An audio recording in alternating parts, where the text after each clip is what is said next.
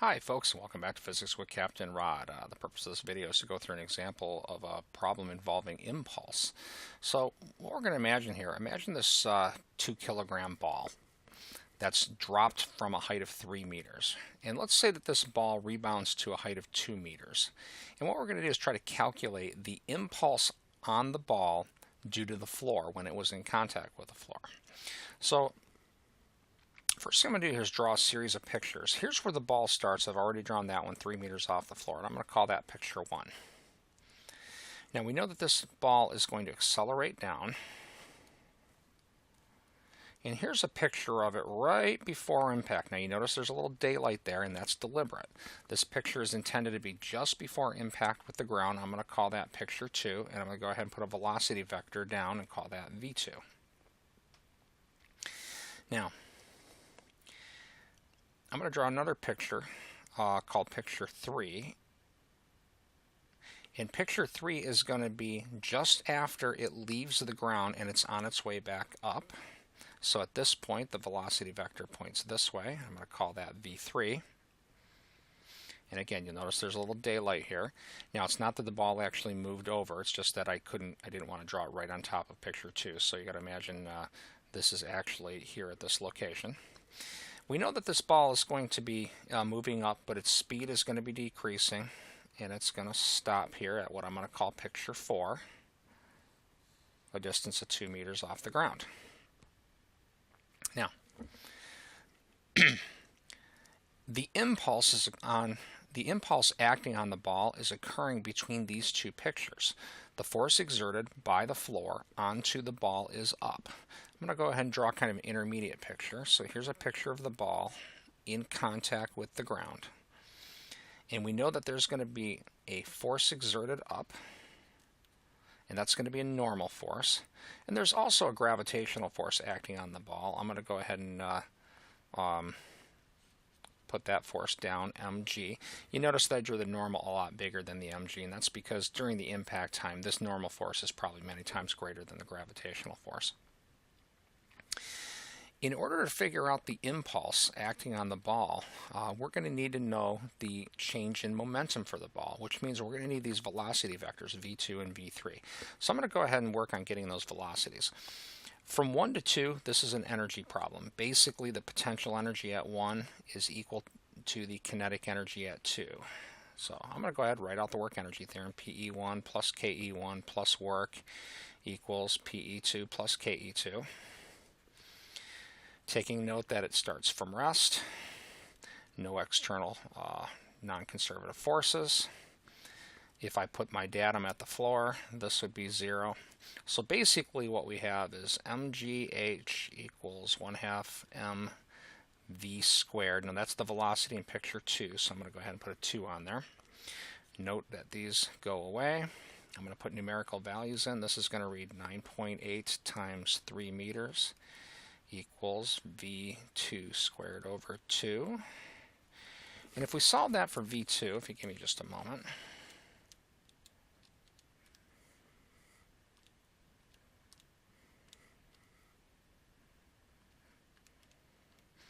I get about 7.67, let's just say 7.7 meter per second. We're also going to need v3. Now, from 3 to 4, again, this is a kinetic energy to potential energy situation. I'm going to write out the work energy theorem. PE3 plus KE3 plus work equals PE4 plus KE4. And again, if I define this as my datum, PE3 would be 0. PE4 is going to be an mgh term. KE4 is going to be 0 because at the highest point it's not moving. KE3 is a 1/2 mv squared. In fact, that v is v3. The work term is 0. Again, there are no non-conservative forces acting between 3 and 4. Because we know the height for position 4, that's 2 meters, we can solve this for v. So we're going to have v3 squared is equal to 2gh. And again, those numerical values and the units are consistent. I should put note consistent units. 9.8 meter per second squared in 2 meters. And if you give me just a moment.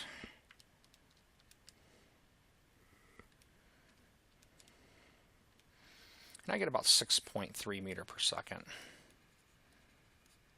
for V3. All right, so now we know these velocity vectors. We know V2 is 7.7 meter per second down. We know that V3 is 6.3 meter per second up. Now I'm going to go ahead and write an impulse momentum equation from 2 to 3.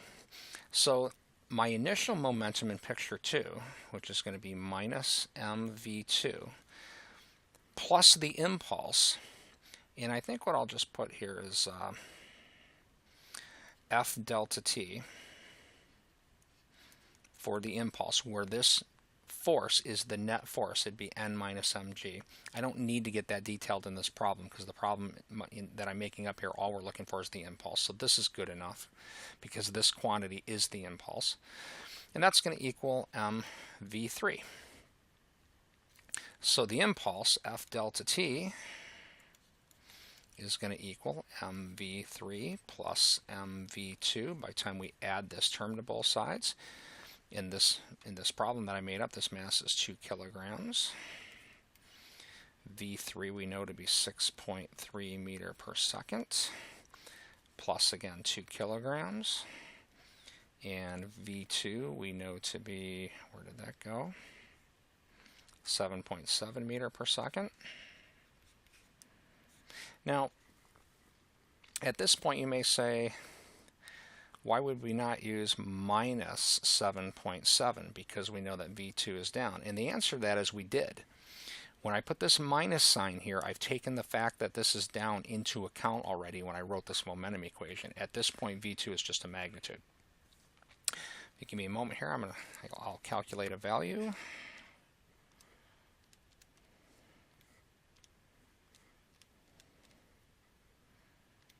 And I get about 28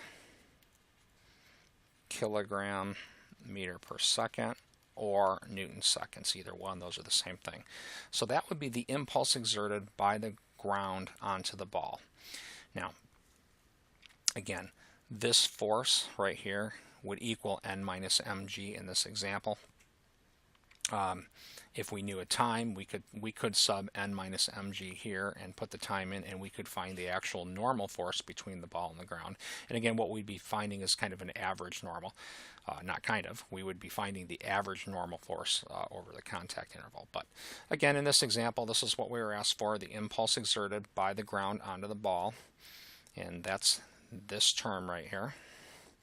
And there it is, 28 Newton seconds. So I hope this video helps demonstrate how to use impulse and momentum. Have a great day.